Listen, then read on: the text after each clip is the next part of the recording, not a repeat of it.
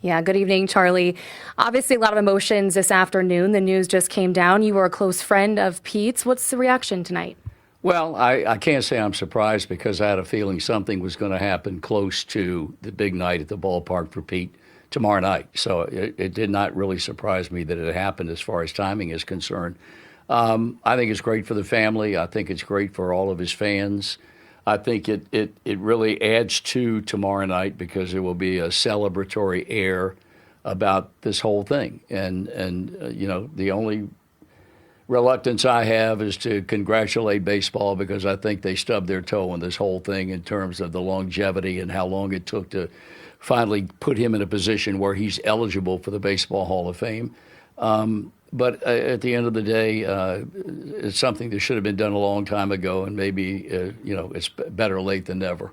This was a conversation you had with Pete even as recently as a few months before he died. What did he think about all this? Well, it was important to him that it happened for his family, because I think, quite honestly, that Pete had come to the realization that if it was ever going to happen, it was not going to happen until after he passed away.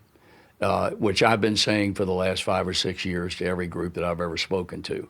I don't know whether it was a conscious meeting of people that said not going to let him in, if ever, until after he's gone, or it's just something that played out the way it did. But I find it very interesting that all of a sudden, within a matter of weeks after Pete Rose has passed away, that now it's going to come to fruition that he's going to be eligible to be voted on by the baseball writers. And for those who don't understand the process, this is not an automatic bid for Cooperstown. Correct. This is now putting him off the ineligible list. If you were his family, you told me you'd say maybe thanks, but no thanks.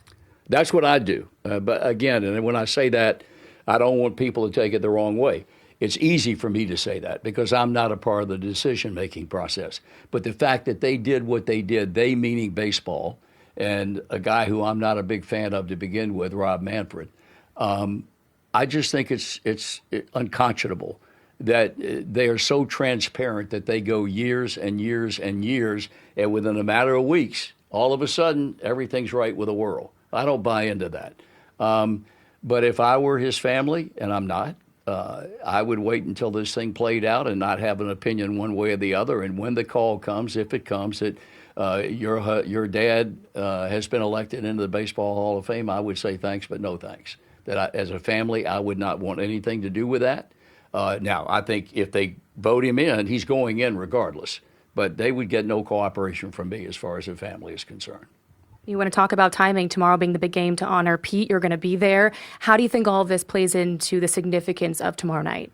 Well, I think, like I said, it's going to change the air radically because there's going to be a feeling of celebration.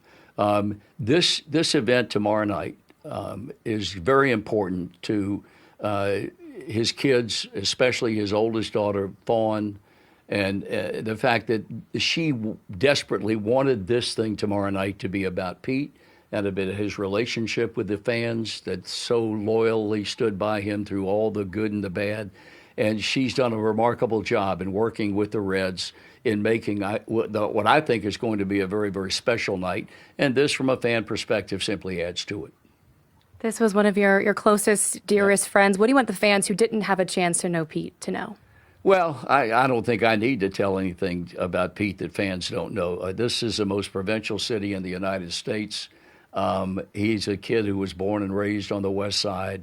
And through all the bad things that have happened in his life, a lot of which he was responsible for, the loyalty that this city showed has never wavered as far as their love for him is concerned. And I think that says something about the city of Cincinnati and what makes this town so special, unlike so many others.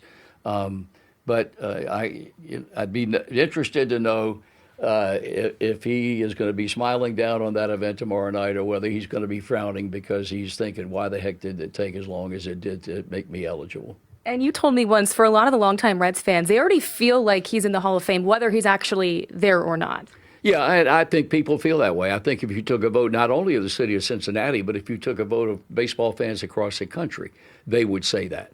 But that's irrelevant. He's going to be. I think he will be voted in by the baseball writers, and quite honestly, I think there will probably be pressure brought to bear on the Baseball Writers Association, because now he's eligible, and I think it would be a black mark against the game of baseball if he were not elected to the Hall of Fame by the baseball writers.